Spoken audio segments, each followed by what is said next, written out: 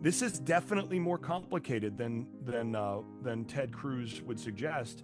And then when we get into the modern period, it gets that much more complicated because we do have a nation state that Ted Cruz is looking at, at Tucker Carlson with disgust. But the reality is, and this is something that a lot of, especially Christians, do not know, American Christians do not know, is that it was by no means a foregone conclusion that when they established the Jewish state. What does the Bible say about Israel? Does the Israel of the Bible correspond to the present-day nation of Israel?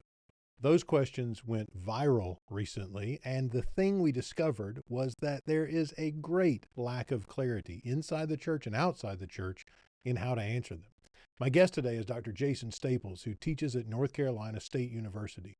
He's the author of 2 major books that dive deep into what the Bible says about the nation of Israel. His first book was called The Idea of Israel in Second Temple Judaism, and the second is Paul and the Resurrection of Israel. Both of those are linked in the description below. I also want you to know about a brand new free resource for pastors and leaders eager to amp up the level of trust they have with their teams. It's called 4 Practices to Build Trust on Your Staff, and you can get it by clicking the link in the description below. Whether you're a lead pastor working with a large staff or a solo pastor at a smaller church working with part-time staff or lay volunteer teams, this resource will give you actionable steps to increase trust on each of those teams now. Without trust, teams falter. So click the link in the description to get my brand new resource, 4 Practices to Build Trust on Your Staff. Last thing before we get to the conversation. I took a look at the YouTube analytics for Theology Project and discovered, to my surprise, that 85% of watchers have not yet subscribed to the channel.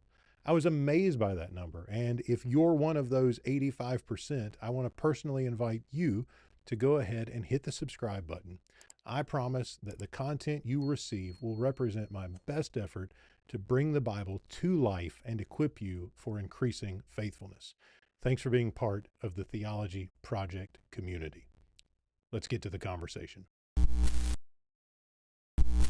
About 3 weeks ago from the time of recording this conversation, the meaning of Israel as a term in the Bible went viral on YouTube, social media, because of an interview between Senator Ted Cruz and Tucker Carlson. Senator Cruz implied in that interview that the meaning of the word Israel in the Bible is obvious. And you've written 2 books on the meaning of the word Israel, not only in the Bible, but in the culture and the world surrounding in which the Bible is written. So talk to us about that. Why is the meaning of Israel not quite as clear cut as we might assume?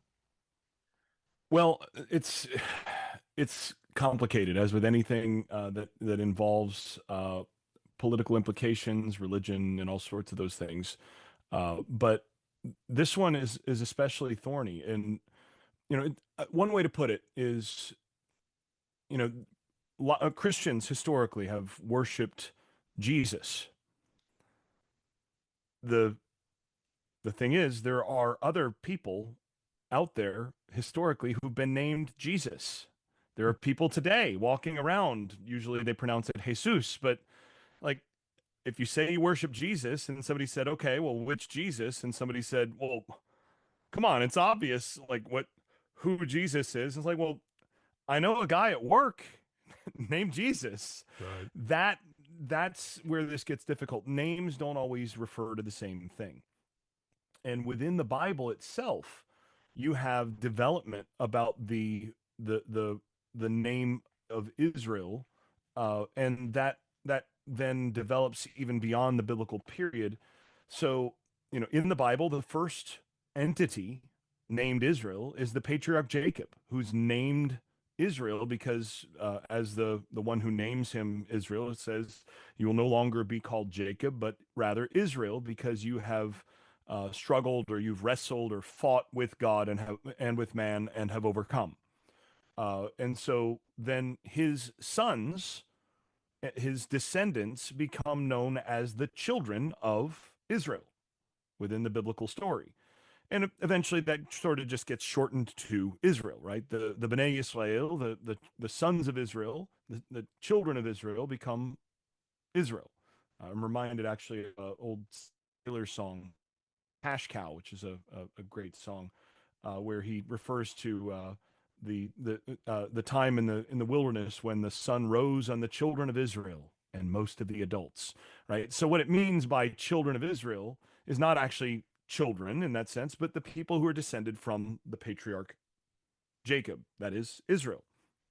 But then that gets complicated because you have 12 sons of him that then become the people and eventually the nation of Israel. But then the nation of Israel splits. So you have 12 tribes of the nation of Israel. So you have Dan and Gad and Asher and Naphtali, Reuben, uh, you know, the two tribes of Joseph, which are actually the children of Joseph, who are Joseph gets the double portion. So you have Ephraim and Manasseh. You've got Benjamin, Judah, Simeon, Levi. All of these are sons of Israel, and then their children become the people of Israel. But then Israel, like I said, splits. Judah under David and Solomon become the lead. They become the lead tribe in the sense that the king is from them. But then after Solomon, the northern tribes, those who are not under Judah after this, they decide they're tired of the high taxing ways of Solomon and his son, so they secede, and you have a sort of quasi civil war kind of situation going on within Israel. And from that point forward, you have a divided kingdom. And the interesting thing is that the one that is not from David retains the name Israel.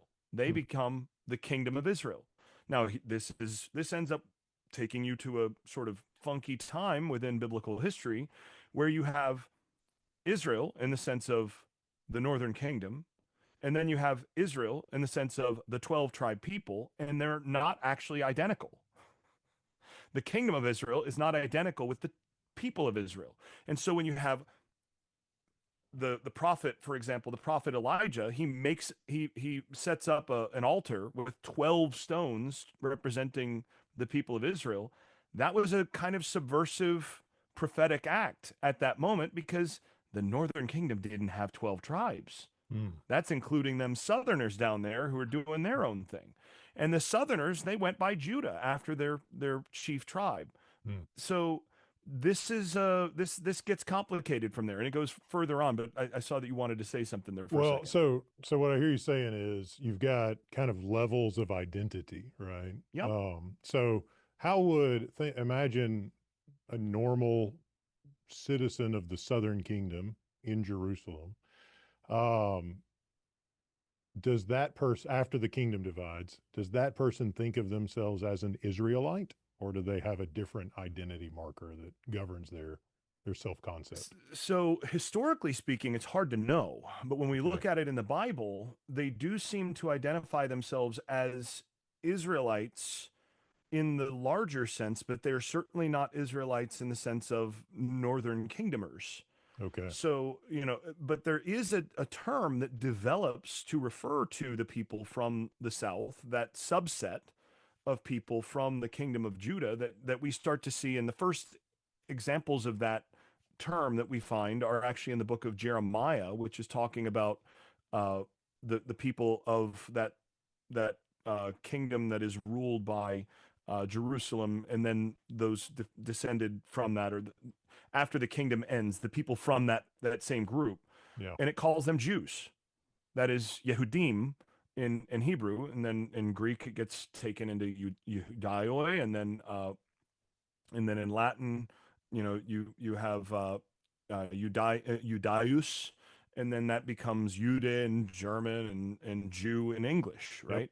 So this is the term that refers to the people specifically from Judah in the south, and as late as Josephus, when Josephus explains in his history of the Jews, the antiquity of the Jews, he explains in chapter 11, I think it is, uh, he explains why all of a sudden he's going from talking about the Israelites, which he had been talking about before. He'd been talking about Hebrews and Israelites, and he's like, and so the Jews, and this is the term I'm going to be using henceforward, because they were, from that point forward, they were called the people that returned from exile. They were called Jews because that was the leading tribe, and they're specifically from the three tribes that returned. He talks about Judah, Levi, and Benjamin as associated with that, the people from that kingdom.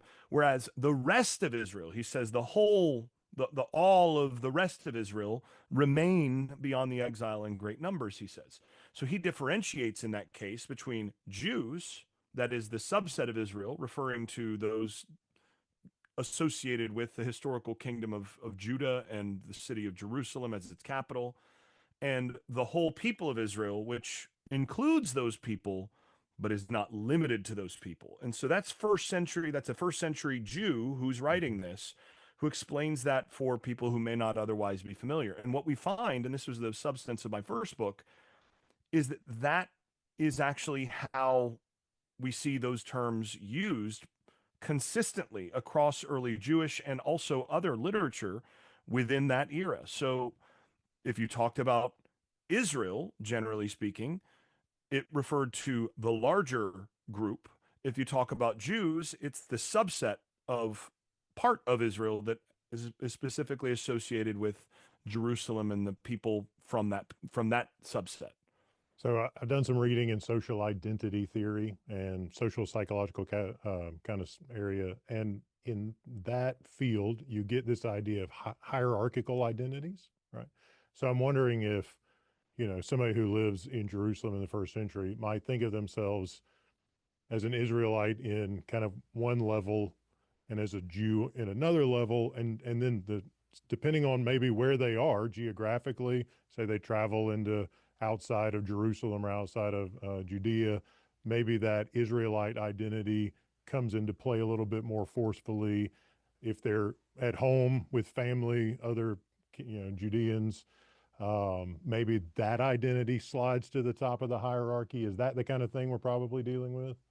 I think there's some element of that, Yeah. yes. And I think that helps explain a little bit about, like, say, the Gospel of John and its discussion of the Jews when they're opposing Jesus, for example. But Jesus' own followers are Jews. Jesus himself is a Jew. They've been dealing with Jews in Judea the whole time, or with Jews in Galilee for much of the discussion. And then all of a sudden it's talking about the Jews. And Right. it seems to be talking about people in that case who are more specifically from the area of Judea, surrounding Jerusalem and so on. So yeah, it does nest a little bit.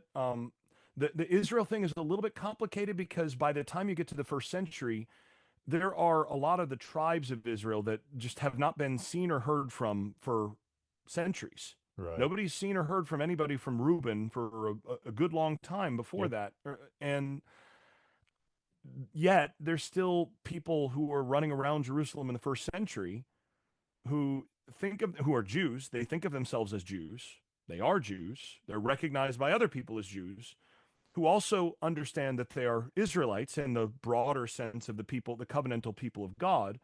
But they also recognize that whether they know anybody who fits that identification or not at present, tribe of Reuben, according to the prophets, is still gonna be restored to proper unity with God and ultimately unity with his Jewish brothers. So, there's going to be this restored Israel in the future. This is Hmm. an important part of Jewish theology, even in Orthodox Judaism today. When you get up and you say the standard prayer that you say when you go to the synagogue, this is the Amidah. The Amidah has multiple appeals for God to restore his people, his whole people of Israel from exile. Hmm. There's this expectation that God is going to do some magnificent event that's going to that's going to restore all of those scattered people of Israel, not just of Jews, but of Israel from the four corners of the world, and bring them back together and exalt them above the nations and bring justice to the whole world and all of those things. Yep. So when that person in Jerusalem self-identifies as a Jew, they're also self-identifying on the larger sense as part of the people of Israel. And very often we see evidence that there's this further expectation of something bigger. And that should also, by the way, tell us that when Jesus says to his disciples, you 12 will sit on 12 thrones, judging the 12 tribes of Israel, in a time period where there aren't 12 tribes of Israel and where everybody knows there aren't 12 tribes of Israel at this point, and everybody knows that God is going to restore those people at some point, he's making a big, big end times type claim that this is what I'm going to do. I'm going to restore, I'm going to do what the prophets promised. That's an enormous thing to claim at that time. Does that help us with? So, a lot of people are troubled by the passage where Jesus tells the lady, the dogs under the table get a few crumbs of bread. I've come for the lost sheep of Israel. Does this approach help us understand that text? I think it does. Yeah. So there are a couple of interesting things here. Is one is it she's identified in one gospel as a Syrophoenician woman, in another gospel as a Canaanite woman. So one is Gospel of Mark, the other is Gospel of Matthew, and each of them is sort of playing with some of these difficulties in identification. One of the issues that Jews of the first century, any reader of Matthew or Mark in the first century is going to know, is that when you read 2 Kings 17, it talks about how of the people in the northern area, the Assyrians, according to 2 Kings 17, scattered many of them across the Assyrian Empire. Many of them fled elsewhere and so on. There were some that remained in the land, but the Assyrians brought in other people and they married into that land. And then you had other people who, Canaanites and others who still remained in the land. And all of those people, give them 800 years, according to the text, they sort of meld.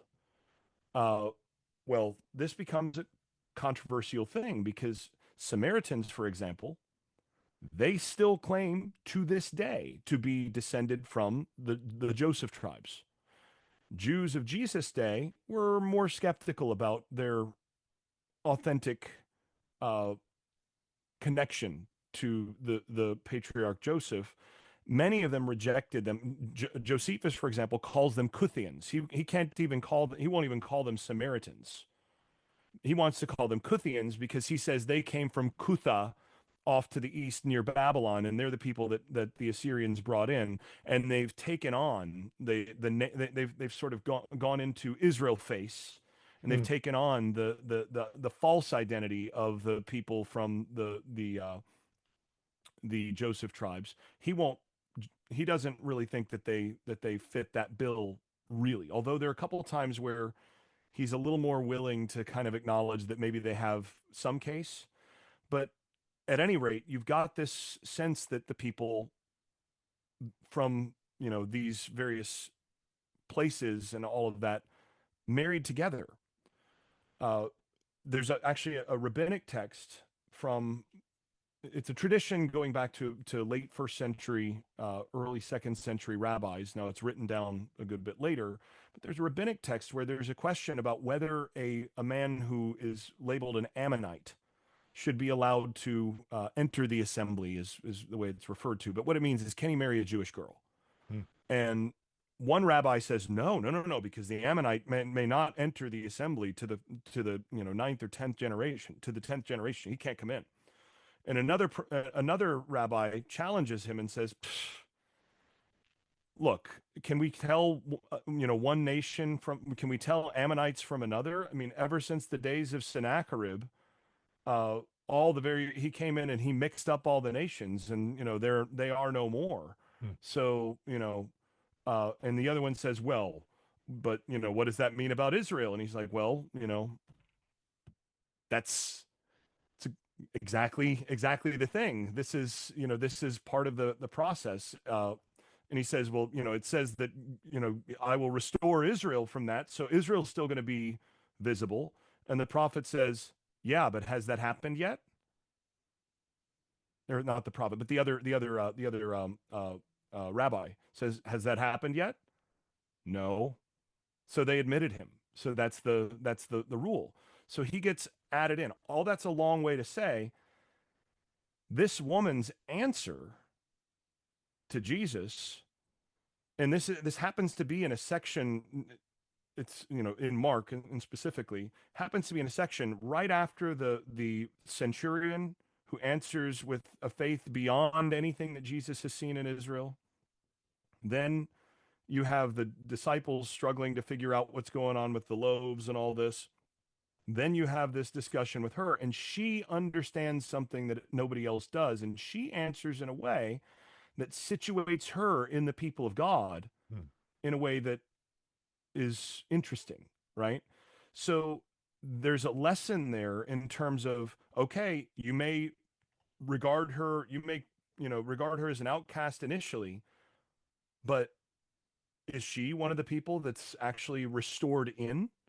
Is she and her child, are they actually brought into the people of Israel by her submission to Israel's king in this way? And what does that imply about her place in all of this? And the Syrophoenician thing is also really interesting because that, of course, ties to the ministry of Elijah as well, which Jesus alludes to elsewhere. So there's a whole lot going on with all of these identity issues that Matthew and Mark and Luke and John are playing with very much, and they're trying to bring out that when Jesus is coming to restore Israel, this looks different than just a matter of like gathering together Jews. There's something else that's going on here.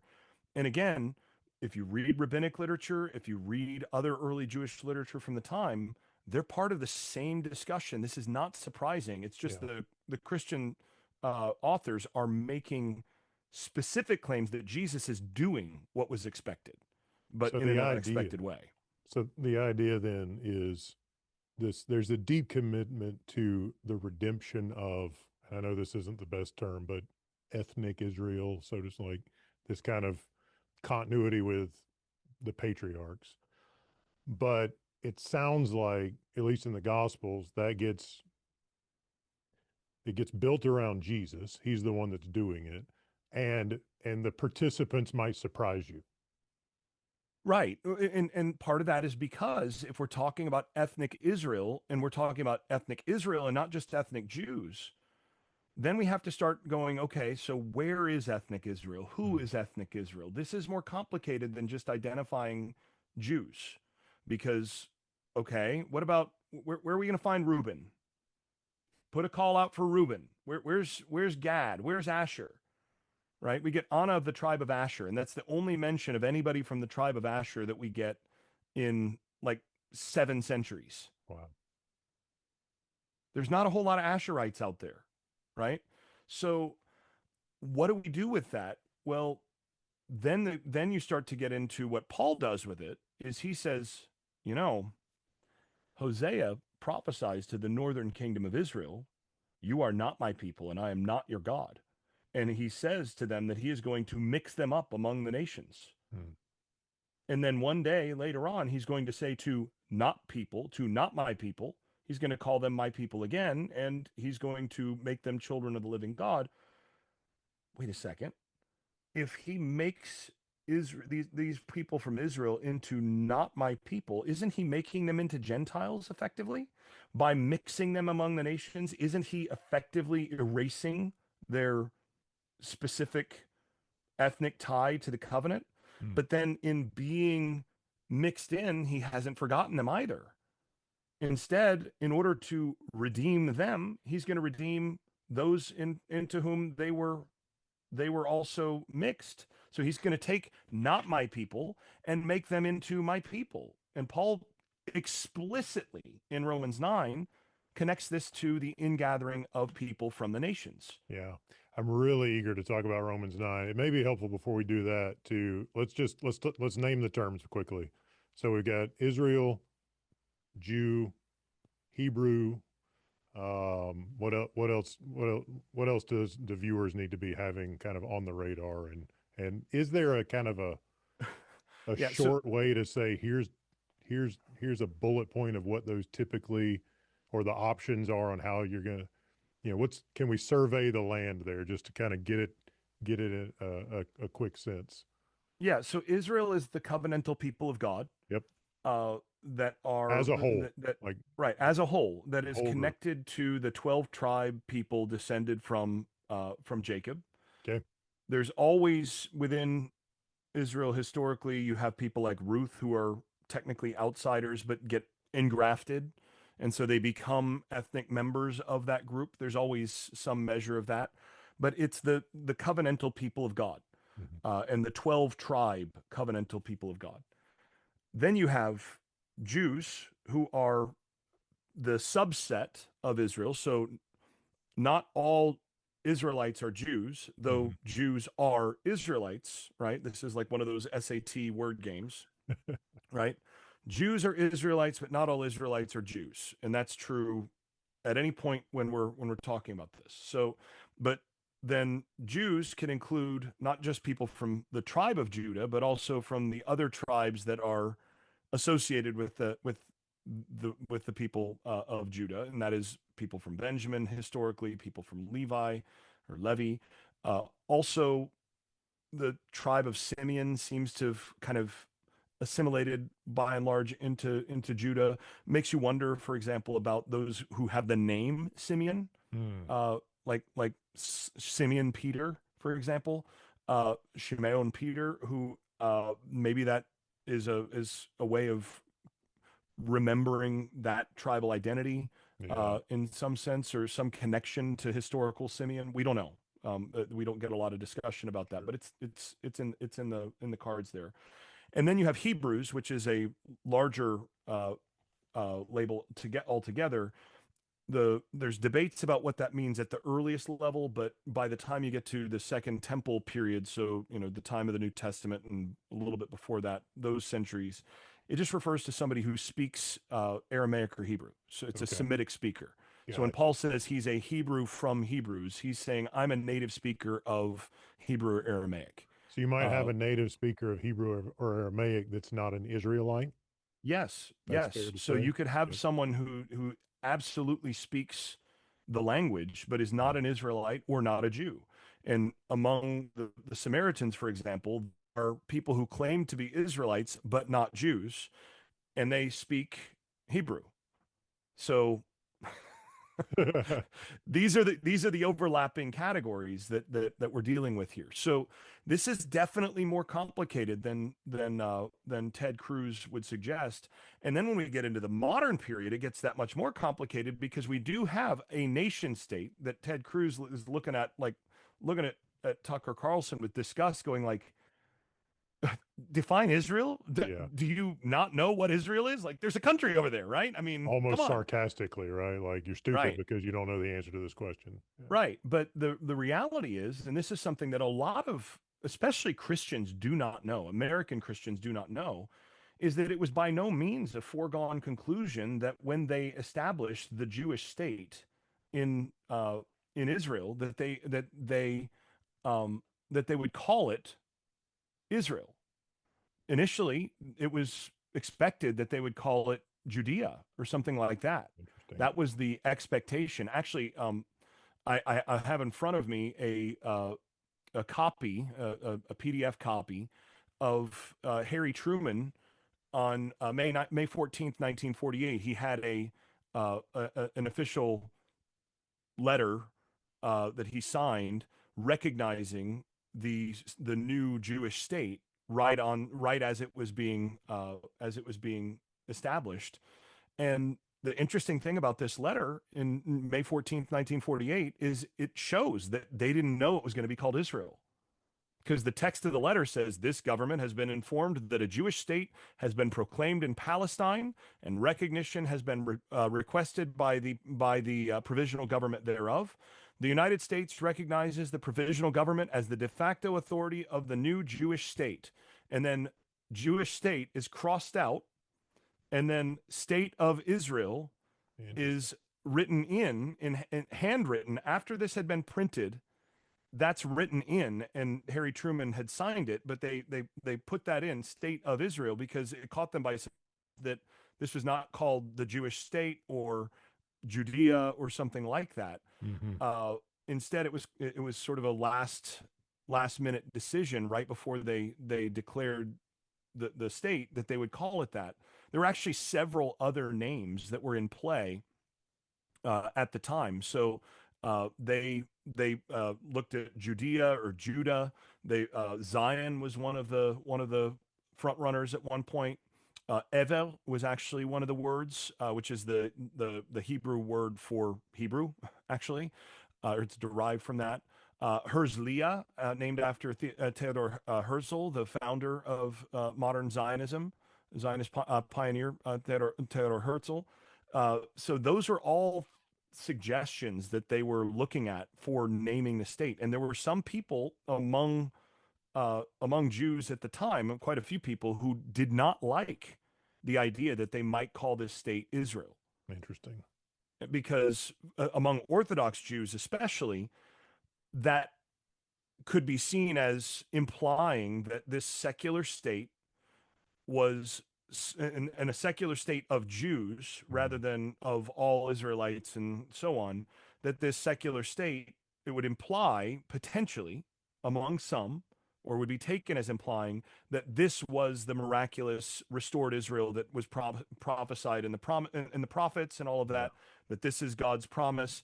And the Orthodox were, especially the Orthodox, but they weren't the only ones. But among the reasons that there was some opposition about this is they were concerned that that would be the way that this would be received or understood. And they Sounds like wanted to be able, their they fears were were not right, unjustified then. right. They wanted to make sure to differentiate the future hope of Israel, current Jewish state, which Yeah. was a necessary thing. I mean, look at what the reason for the Jewish state is legitimate, right? Mhm. Coming out of the Holocaust, and on the heels of the growth of nationalism and all of this, it became obvious that Jews were not just safe Yeah. in, as a diaspora people in other countries, and having a homeland, having their homeland from which they could actually defend themselves was an imperative. It was necessary. So they recognized that. But what should that land be called? Well, so it was actually David Ben Gurion who ultimately officially suggested and then got the vote in the cabinet to select Israel, and there were several reasons for that. It Yeah. was a 7-3 vote, by the way. It was not Wow. unanimous, but the reason that they selected that name was there were several. One is Judah or Judea not actually overlap historically the territory that was being granted to them. So there were large parts of the historical land of Judah or Judea that were just not part of the 1948 partition. Hmm. So that made it complicated that we're going to have a state of Judea that does not include Judea, right? And then the other thing is Zion was another one. So that was a natural suggestion given that the movement that gave rise to the new state was called Zionism. But the problem is Zion technically refers to a hill in Jerusalem, and they didn't control Jerusalem. So we're going to have Zion without Zion. That was one of the objections, right? Yep. Yep. Evel was looked at as like, yeah, that doesn't really roll off the tongue for most people. It's not, doesn't really work. And That then matters. the other That's thing is important. it's a reference to a language rather than the people. And, not everybody who is Jewish and part of this state actually speaks Hebrew. So what are we going to do with that? And then Herzliya didn't really gain any traction. And Ben Gurion ultimately, he there was another article that was written about a year earlier that he leaned on as well, but he basically advocated that Israel it carried the most, first of all, political cachet. Mm. He was not wrong. Right. Secondly, it would help to differentiate the people who would be citizens of the state, who would be Israelis, from Jews worldwide. Because otherwise, if you named it Judah, you'd have citizens of the Jewish state who would be called Jews, and then you'd have Jews all over the world that were not part of the state, and differentiating that was a bit of an issue. So there were a number of these discussions and all that. And like I said, it went to a vote. It was 7-3.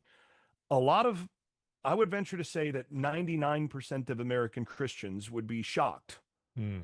Certainly on the, Protestant and especially evangelical side would be shocked to learn this background, Yeah, because certainly. for them, it's just a natural that, like, God promised that there would be an Israel in the end times. Now there's a state called Israel. That's God's promise. Yeah. But neither traditional Jewish nor traditional Christian theology actually would permit viewing the current nation state as the fulfillment of those promises. And the obviousness of that. I mean, even like we'll start shifting towards Romans 9, but like at the beginning of Romans 9, you got Paul saying, "Not all Israel is Israel," right? Depending on how you want to translate that. So even there, just this sort of cavalier, duh, obviously the promises to Abraham and and the mentions of Israel and all this, obviously that's the same thing. We get page after page after page of both testaments and non-Christian Jewish literature that would say it's not the same thing necessarily.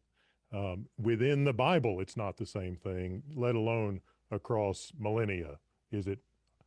You maybe you could make a case that it's the same thing, but the obvious nature of that is not. We can't say it's obvious.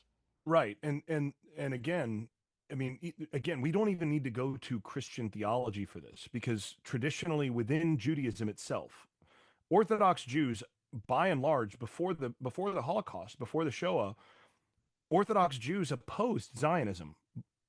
Most Orthodox Jews, Mm. because they saw it as trying to accomplish through human action what only God should be what you needed to trust God to do. You know, Yeah. you're going to try to restore the people to the land the way that, we've been praying for well over a millennium now, for, 1900 years, restore the people to the land. And now you're going to say we should just do it ourselves because God's kind of tardy. That seemed, a little much for a lot of the Orthodox Jews Yeah. at the time. And then after the Holocaust, a lot of those folks kind of went, yeah, so you do have a point. Mm. But let's differentiate this from the promise. So now what you have is the idea of the first flowering within Orthodox theology. You have the idea of the first flowering of the state, where the first flowering of redemption, as it's called within Jewish theology, so that essentially the land and maintenance of the land there and continued flourishing within the land is an opportunity to prepare the way for the coming of the Messiah and for the promised final redemption that's going to involve all of Israel, and the divine promises being fulfilled and the coming of the Messiah. All those things, that's still in the future, but it's our job to prepare the way Yeah. for that. And I the see. the current state may have some, does have some role for that now for a lot of Orthodox Jews. Gotcha. So that's the standard Orthodox line on this. Now within Christianity, that takes us, like you said, to Romans 9 through 11. That takes us to, all sorts of other, you could also go to Galatians 4. Yep. There's a few places in the Gospels where this comes up, where, very early, page 1 of the New Testament, you have John the Baptist telling people, God can raise up children of Abraham from these stones. Mm. So those stones could become ethnic Israelites. Just so you know, God's capable of that. Surprising things can happen, right? Right. So once you've gotten into the New Testament and into the idea that Jesus is the Messiah, that, I mentioned historically, Orthodox Jews are still waiting for this messianic figure to come and bring this promised restoration of Israel. Within Christianity, that Messiah is Jesus. Yeah. He's the figure. He's the one who did it. Now, then the question, of course, and this is the hard question of the New Testament that a lot of people don't even recognize is in the New Testament, is when Jesus is resurrected, the expectation is, okay, you're the Messiah. Now for Israel's restoration. When are the tribes going to return? When is all this going to happen? And if you look historically, that's a point where Christians have to explain why it looks different. And so So that's like the book of Acts. What does the book of Acts start with? Right. Acts 1:6. That's the question the apostles are asking at the beginning of Acts, right? When Yep. they say, "Is now the time you restore the kingdom of Israel?" They're asking, when are the 12 tribes coming home? Right. The kingdom of David, the 12 tribes Yeah. the, being restored to Israel. Like, okay, so now is this going to happen? And Jesus is like, it's not for you to know how this is going to work, but you will receive power. And then the rest of the narrative of the book of Acts is all about how God is going about the restoration of the kingdom to Israel in a completely surprising way, specifically that Jesus is actually enthroned as the king, but in the heavens, and that Israel is being regathered from the nations by bringing in the nations. Yeah. And it's a completely different way of viewing this that then launches something that ultimately leads to a divide between Jews who ultimately they just cannot accept that that is actually what God intended to do and that this is the way that God is restoring Israel. Therefore, Jesus is not the Messiah. And then those who ultimately become Christians and say, no, this is actually what's happening. And again, we get the sort of theological foundation for that in Romans 9 to 11, where, like you said, Paul starts out by pointing out not everybody from who's descended from Israel is actually a part of the people of God of Israel, right? Right. Not everybody, you can be born in and cut off, Yep. right? This is what happens to the northern kingdom of Israel. They are not my people anymore, even though they were the kingdom of Israel. So he starts with that and then moves to something else. I wonder if I could set it up this way. And I want to, in the Guild of New Testament Studies, exegesis and theology are different things. But as a pastor, when I um, read your book, I couldn't help but think of the theological debates around Romans 9 through 11. Right. So Romans 9 through 11 is seen as kind of the silver bullet for Calvinism, Reformed theology. As a Wesleyan, Methodist, Arminian type, it my thought was, well, if Staples is right, Calvin is wrong, right? At least that's the way I read it, unless I misunderstood you. So, um, and I think, so help the average Christian understand who opens up, because this is what people, they read Romans 9 and they're like, he's hardened these folks and he's cut off those folks, and the promises of God are irrevocable, and all these things. Help pastors and regular American churchgoers, or other countries too, but average Christians who are conditioned to reading Romans 9 through a fairly reformed theological lens. Can you bust the bubble a little for us? Help us, like, is it a corporate election as opposed to individual election? Is there something else happening there? Are the boundaries more malleable, like more porous, I mean, than we might assume? Talk to us about it. That's a great question. Now, I will say, in fairness to Calvin, it's not, we really can't blame him for being wrong since, I mean, he was predestined to be wrong all There you along. go. So, you Poor know, guy. yeah, I mean, it's not his fault. But, uh, but anyhow, yeah, I mean, I think the first place to start there is the whole language of hardening, uh, is often really misunderstood, and it's Mm, badly misunderstood by a lot of Reformed interpreters. They think of this as uh, essentially God reaching down and making it so that someone can't repent, mm-hmm. or so that whoever is not the elect, that person, God just makes that person stubborn, and that's that. But the language of hardening that Paul uses in that passage, which by the way is a different Greek word and a different concept than what you get with what is often also translated hardening in Romans 11, those are different concepts. But in Romans 9, when he uses the word hardening there, this is in the context of an analogy, a metaphor of God working with humanity the way that a potter works with clay. Now, I have a 6-year-old who just recently she got a potter's wheel, like a rudimentary little kid's Yeah. potter's wheel, and she's been making some pottery, and she's got this one pot that she's really excited about. She's going to paint it up and try to sell it because that kid, for whatever reason, came out of the womb and really wants to be entrepreneurial and just find ways to sell stuff and, whatever. I love it.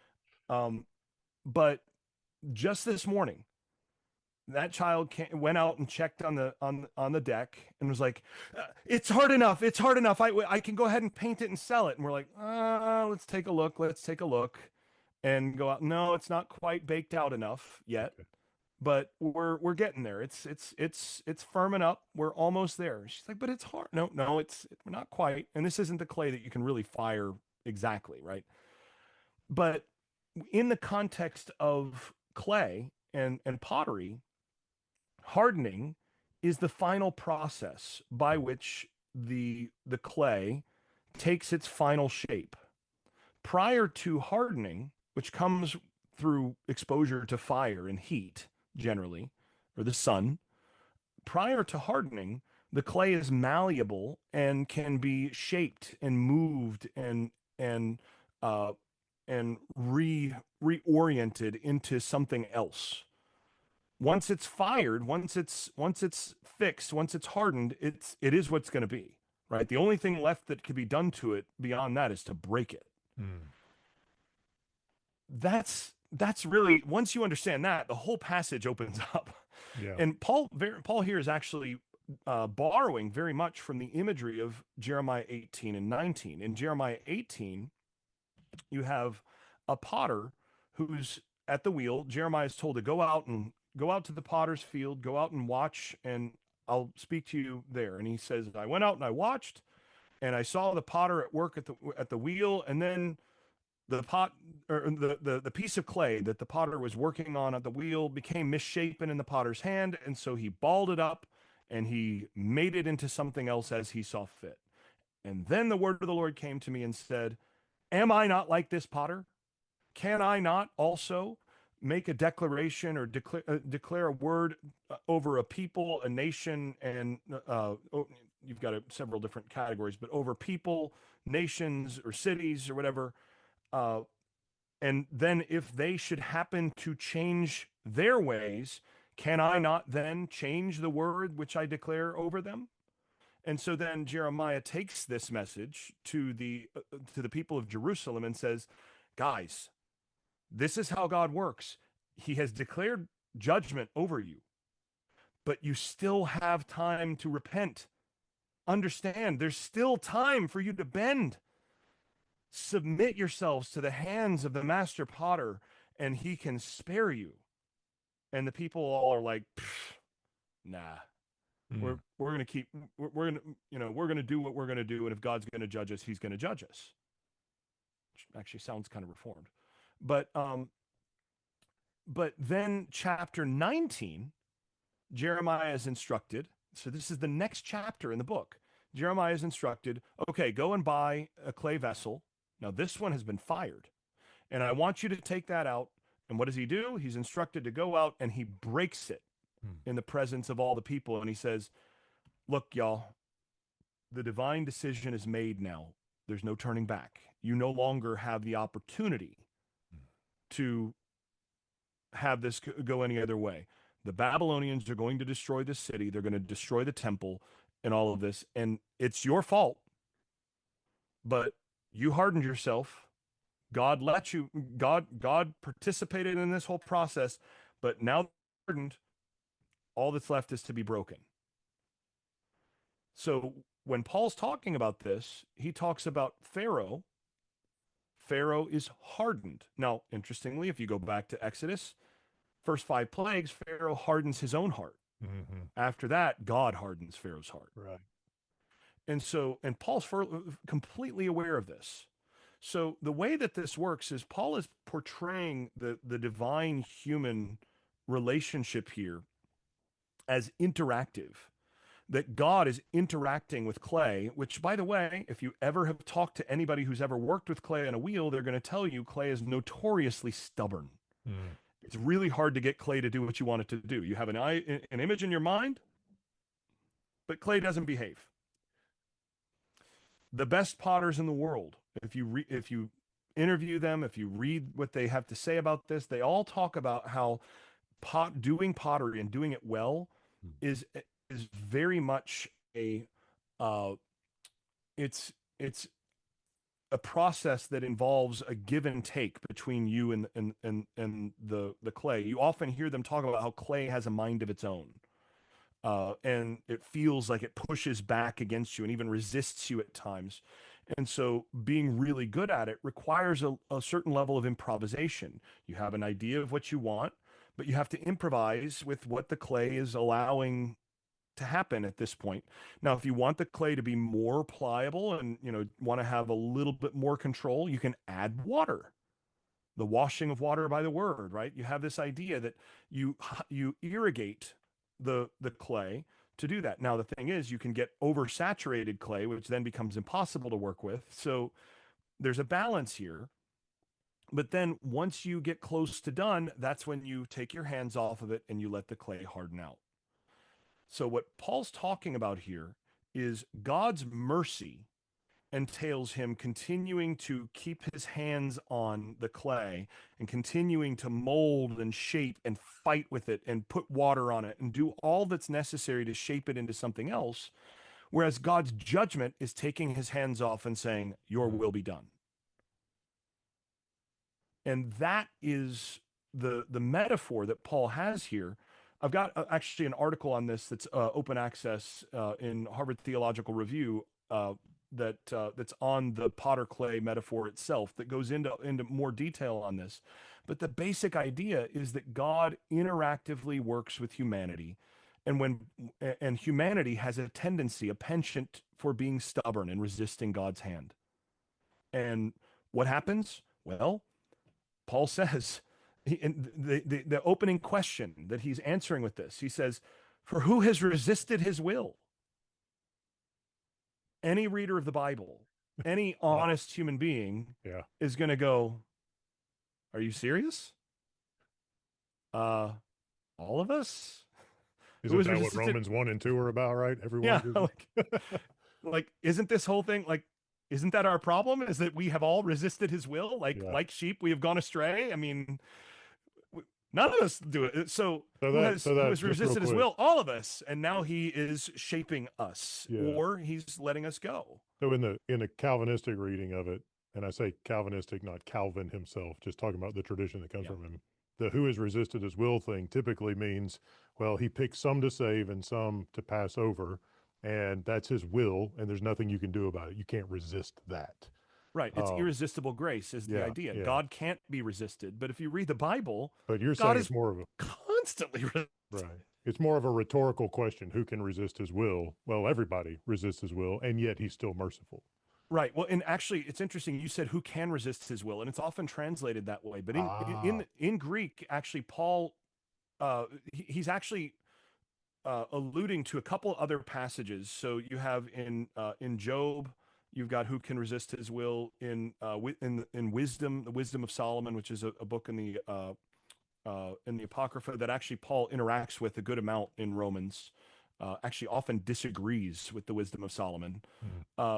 The Wisdom of Solomon asks more or less the same kind of question. It's in the aorist, where it's a proverbial kind of sense of like, yeah, who resists God? Like, come on.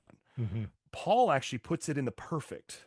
Gotcha. So he asks an empirical question instead of a rhetorical question. He's asking the question, who has resisted his will? And this on the heels of the first 8 chapters of Romans, anybody should be going, everyone. Yeah, that would be us. Yeah. That would be all of us. So then who has resisted his will? Well, now let me tell you how God responds to that resistance. And in some cases, he just sticks with the molding of the clay a little bit longer. And then eventually he takes his hands off and says, now it's time for this piece to be hardened. And so hardening is that final moment where you are what you're going to be. So the question for Romans 9 through 11 is not how does God decide which individuals get saved? The question is what? What question is Paul answering? So first of all, Paul is answering the question of, okay, so if Jesus is the Messiah and in Romans 8, he's talking about the Spirit has been given. This is this is the fulfillment of Jeremiah 31 and Deuteronomy 30 and Ezekiel 36. This promise of restoration and reconciliation with God. Yeah, that's great, Paul. That's the promise. But what about the restoration of Israel? The like, where are the 12 tribes? What's going on with all that? And by the way, what are these uncircumcised dudes doing getting the Spirit when this is promised to Israel? So now Paul has to explain that, and he has to explain how God's plan ends up looking different than what it might be expected to be. And part of what he leads with is this idea that God is working with a stubborn people. Mm. God's working with stubborn people. So first of all, we could take a step back. What did God choose Israel for to begin with? That was a good. That's one of the most important questions. Right? When God chooses his people Israel, which is what Paul's referring to in Romans 9 as well, he's not saying, okay, Abraham, here we go. I am choosing you and some of your descendants, not the ones from Ishmael and not the ones from Esau, but some of your descendants to be saved, and everybody else can go to hell, literally. That is not what God promises to Abraham. Yep. God chooses Abraham. He elects Abraham. For what? Well, this is a world that has already, up to that point in Genesis, it has been broken. Hmm. It has gone through the flood. You have humanity, humanity is a mess. And what God ultimately does is he chooses one man and that one man's family, and he says, through you, I will bless all the nations of the world. I am choosing you to be the agent of blessing, the agent through which I'm going to bring my blessing to the whole world and to all humanity, to all the nations. Everyone who blesses you will be blessed, and everyone who curses you will be cursed. And in your seed, all the nations of the world will be blessed. Okay, good. So that's what Abraham is selected for. So Jacob receives the same blessing. On that, so his election in that sense is not an end in itself. Right. It's a means to another end. Right. He is selected, he is picked for a purpose to be used as an instrument of God's mercy to the whole world. That's what he's picked for. And that assumption is under Romans 9 through 11. Right, because that assumption is the entire book of Genesis. Yeah. Isaac gets Abraham's blessing. That doesn't mean that Abraham's other children don't get any blessing or can't be saved or whatever, but Isaac is the one through whom all the nations of the world will be blessed. Jacob is the one through whom all the nations of the world will be blessed. You have this passed down in that way. And then finally we get to Israel in Exodus 19, and Israel is selected. They're elected, they're chosen, they're pulled out from the other nations, and they're brought to the mountain of God to come face to face with him. And they're selected for what? To be my precious possession, to be a nation of priests to all the other nations, through whom God will work and through whom God will dispense justice and bring healing to the whole world. That's what Israel's selected for in Exodus 19.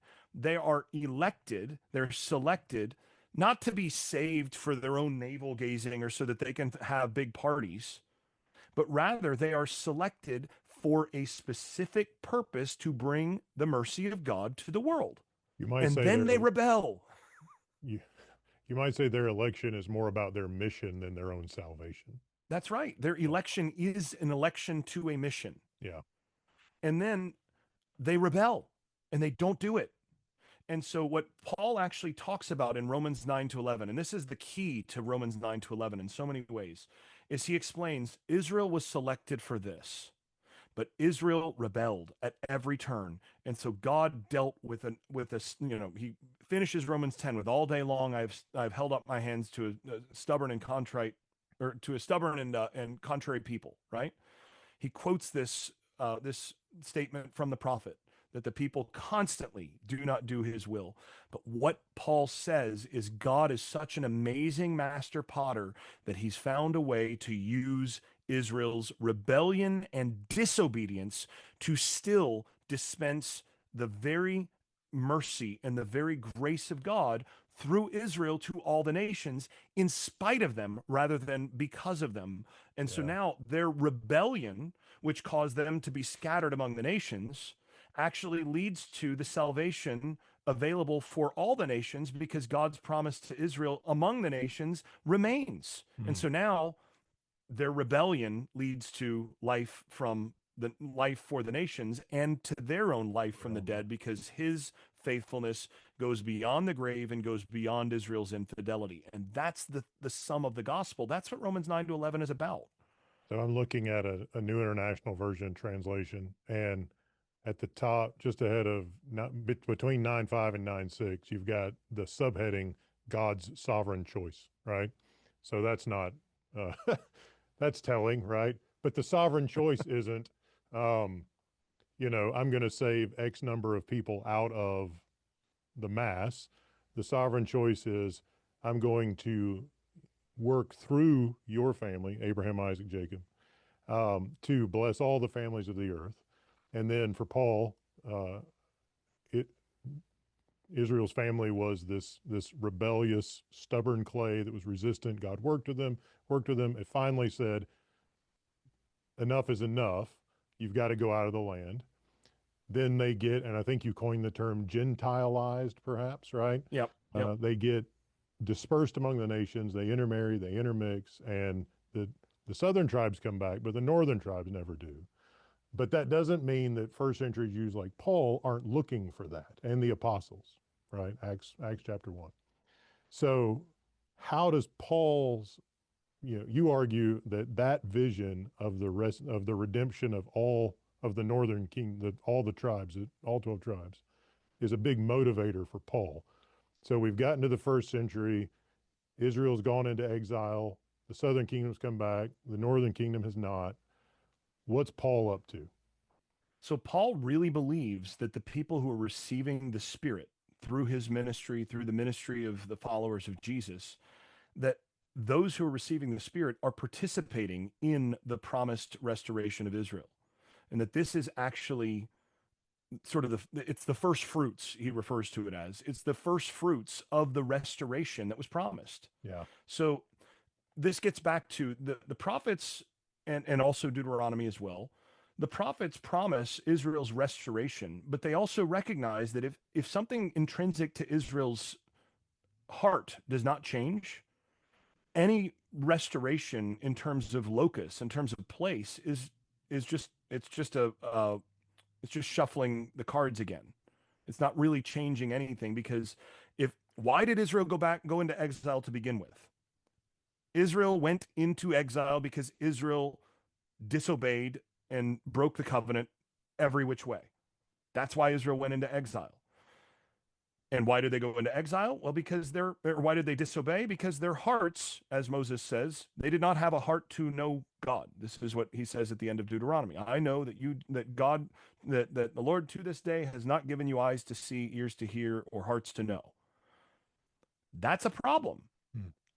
And if the consequence of persistent disobedience to the covenant is going to be exile and more, exile and death, then restoration to the land without the change of heart is just going to result in a repetition of the past, right? It's going to result in, it's a rinse and repeat cycle. So what has to happen according to the prophets? God has to change their heart. God has to give them a new heart and a new spirit, to use the words of Ezekiel 36. God has to write his law on their heart, according to Jeremiah 31. God has to circumcise their heart, Deuteronomy 30, verse 6. What Paul argues is that is what is happening through his gospel and through the Spirit that's given by Jesus.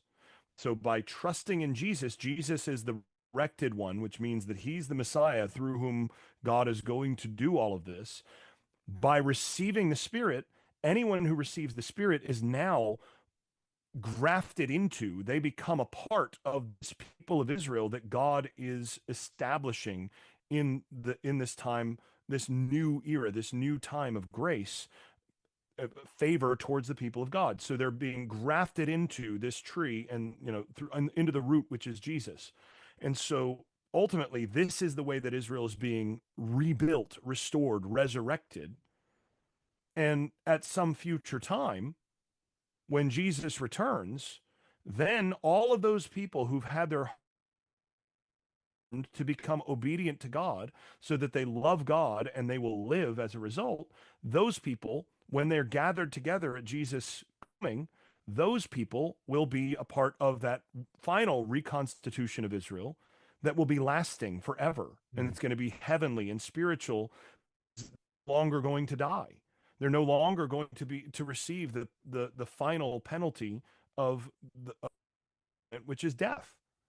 And so this is more than just gathering some people back to a specific strip of land, because that wouldn't be enough.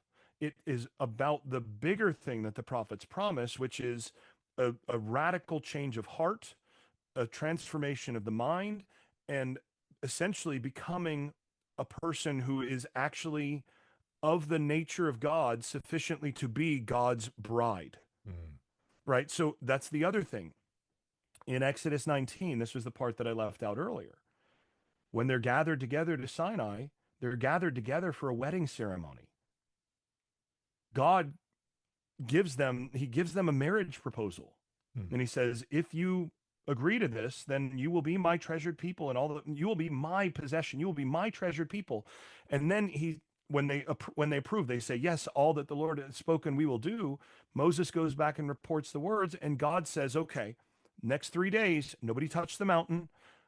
When I descend the mountain, I'm going to descend the mountain to meet the people, and they will be able to meet me then. And then when the trumpet blows, everybody's to come up onto the mountain and meet me. And the people shrink back when he comes down onto the mountain because they're terrified. Now, Moses goes up there, and Moses comes back, and he's hardly mortal by that point. He's glowing. He's been transformed into something else, right? The rabbinic tradition says that if the people had gone up, if they had listened, if they'd heeded, if they hadn't done the whole golden calf thing when Moses goes up on the mountain, they could have had the same glory as Moses, which they talk about as the glory of Adam, the glory of Adam as well. Well, Paul then talks about the second Adam, right? This final Adam, this second Adam, Jesus, becomes this, he is glorified in this same way. And now the bride of Christ who receive his spirit, they are, for lack of a better way to put it, they're divinized. They become fit to actually become the bride of God, to live forever as the counterpart with God. That is ultimately what this ends up being about. And for Paul, that's what Israel is set aside to do and to become. It's not only is Israel supposed to be agents of justice in the world, not only is Israel supposed to be the means of God's mercy to all the nations, but God's promises to Israel are the means by which God actually elevates humanity into the cosmic bride that he has created for himself for all eternity. So to sum up then, right? Just so God says, Abraham, I'm going to use your family to bless the nations, specifically Jacob becoming Israel and his family. They're rebellious. They resist God's will. Enough is enough. They go into exile. They're Gentileized. But God is still going to keep his promise. And through Jesus, he brings the Spirit, and then the church's mission, right? Acts and the letters of Paul is the taking of the gospel to the Gentileized northern tribes, with the added bonus that all the Gentiles in mass, anybody else, Gentiles, the whole Gentiles, right? Yeah. They get to participate in the Spirit coming to the dispersed. Yep. Now, you can't run a DNA test on these folks anymore because they've mixed in for so many generations. And so for Paul, God keeps the promise to Abraham. Tell me if this is the way to put it. God keeps the promise to Abraham that he will bless the nations by Gentilizing a portion of his own of Israel's family, dispersing them among the nations, and then saving the whole lot altogether. So he That's the keeps his basic idea. promise. He keeps the Yep. promise all through Isaiah. Israel, you're coming home, and then the nations are also blessed. It's a both Yep. and. Yep. So the promise to Abraham is all fulfilled in one move instead of Israel is blessed and the Israel, nations are blessed through yeah. through Israel. It's not a It's phase one, instead phase two of the thing. It right. just all happens. Yeah. It's this, and that's why at the end of Romans 11 he throws his hands up and goes, "Oh, the wonders and the of the wisdom of God!" Right? Yeah. He has this moment where the elegance of it just he's overcome by that, and he writes this like psalm of praise at the end of it because it is it's one of those things where you wouldn't expect that ending, Yeah. right? But what Paul is arguing and what we see in the gospel is that God is a God whose faithfulness extends beyond the grave, who Mm. punishes, who kills and makes alive, Yeah. who whose promises extend far beyond what you would anticipate that they extend. So, this I think this and that's good news, right? That's what they're Yeah. preaching is that this is God's way of redeeming the whole world, not just one part of it, not just one small sliver. And the way that he did it is to actually even use the that's the Mm. crazy thing, is to use the disobedience of the people for whom or through whom he was supposed to accomplish this. Yeah. Well, I'm going to do it with or without you. Yeah. And if I do it without you, I'm still going to do it with you. Yeah. Just without your approved participation. Yeah. That's kind of the answer to the catch 22, right? So God promises Abraham, I'm going to use your family to bless the nations, but they deserve judgment as much as the nations do. And so how's he going to be just, like Romans 2 and 3? How's God going to be just and condemn Israel because they deserve it and still keep his promise to bless the nations through them? Romans 9 through 11 says, well, he judges them, he disperses them to the nations, and then uses that dispersion to bless the nations by Right. bringing them the Spirit. Or as he says earlier on, he says he has shut up all under sin in order that Yeah, he may show mercy to all. Right. This is beautiful. the idea. And this is you can see this. It's like in cycles in Romans that you see Yeah, this cycle happen over and over again. That he, the first three chapters, then the next three chapters, and then uh, the next five chapters, really. But or you could go four chapters, really, in a lot of ways. But there's these repetitions of exactly how God works, and what we find is God actually makes use of the rebellion and disobedience and weakness of humanity to redeem humanity from its own rebellion, weakness, and disobedience. as I was so a couple things. I recommended Paul and the Resurrection of Israel to a friend of mine who's a rabbi in a Messianic Jewish community that meets here at our church on Mhm. Friday nights. And the next time I saw him, he came back giddy. He thought it was beautiful. He absolutely loved it. And I think that's the thing, right? Because this way of reading Paul and the whole Bible, it feels like it really does justice to the uniqueness of Israel, right? That there's very specific promises about to very specific people that the church sometimes theologizes out into these more just universals. But so I think the reading that you've given us, it it accounts for the particularity, but it also gives us the universals, right? It gives us the whole gospel for the whole world, so to speak. So And in that way, I think it's really quite an elegant way of reading Paul. And for me, calls me to read the entire New Testament differently. I mean, whether it's Gospels, I'm preaching through the book of Revelation right now. And when I get to those tribe lists, right, I'm like, what's that? Is this like Jewish or Israelite restoration eschatology here?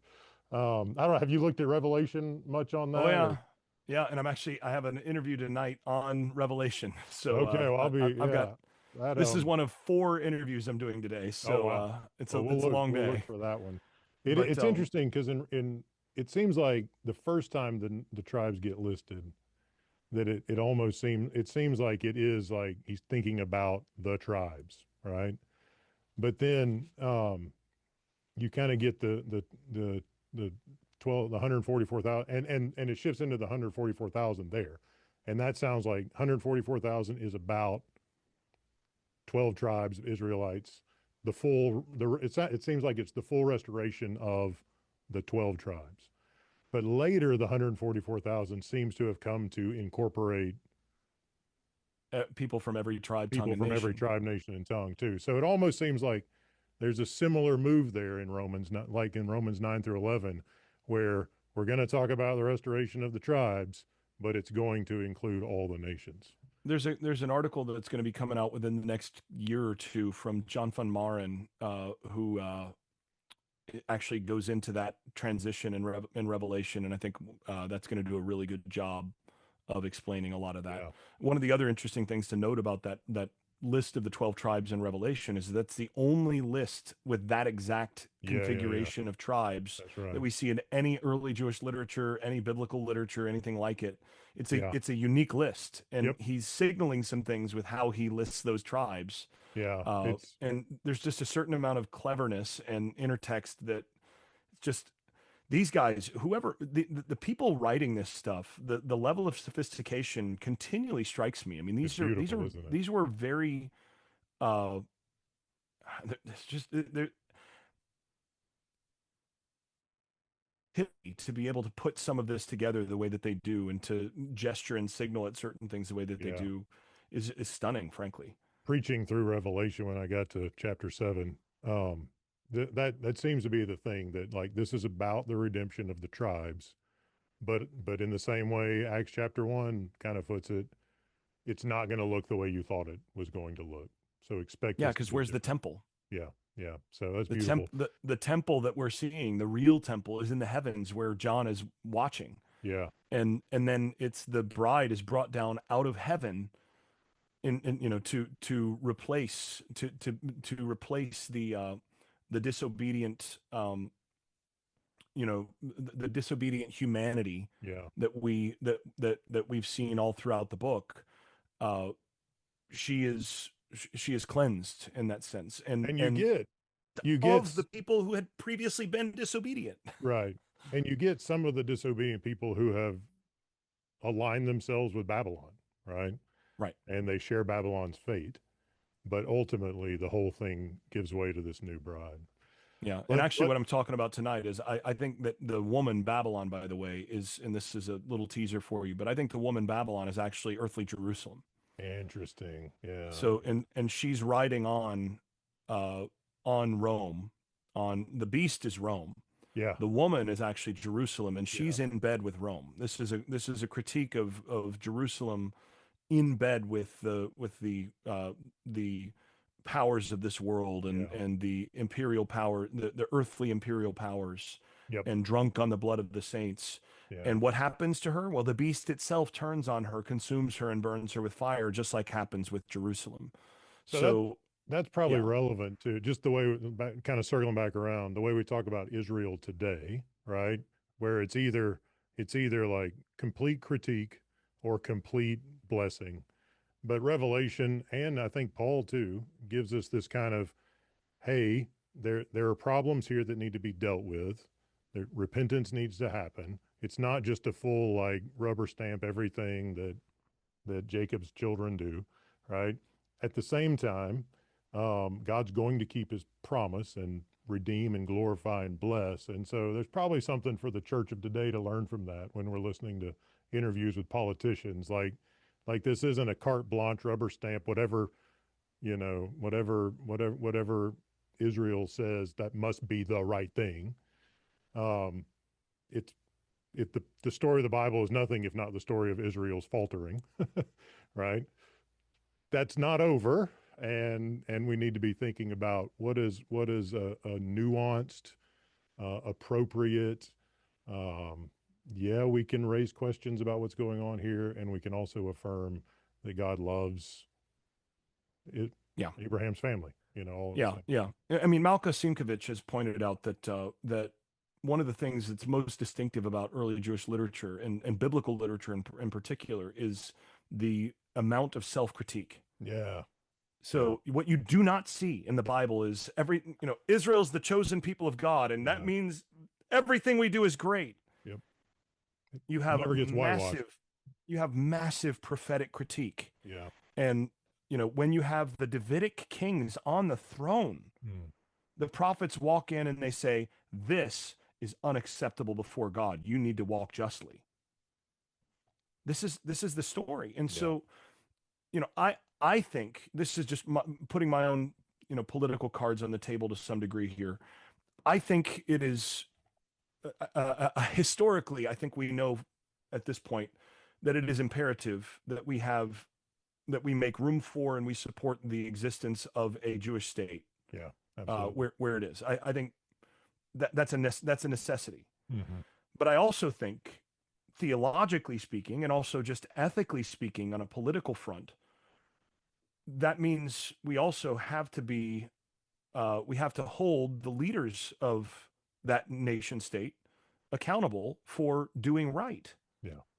And and those are not mutually exclusive things. I Right. think the same thing is true of, any. I live in the United States. I'm a United States citizen.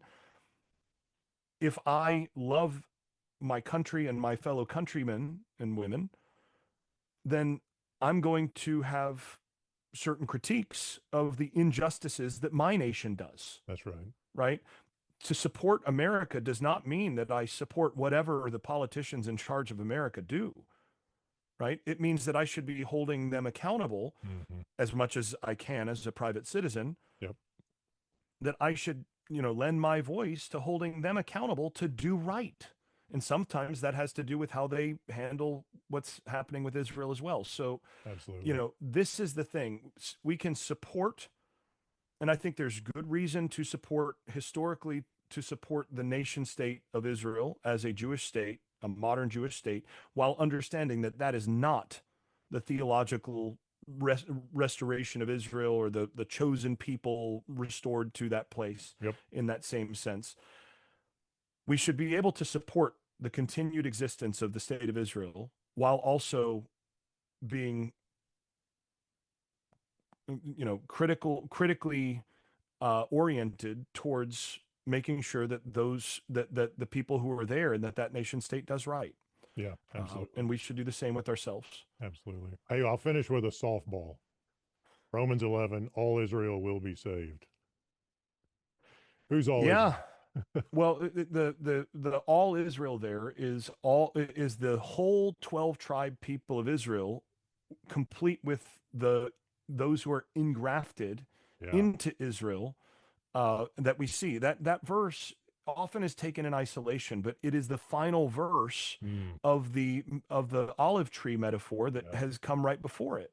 He's like, guys, Israel is the tree. All Israel, the whole tree is Yeah. going to be saved. And that whole tree has to include all of the people from the various tribes of Israel, which is why we're seeing the ingrafting happening, because Israel was incomplete.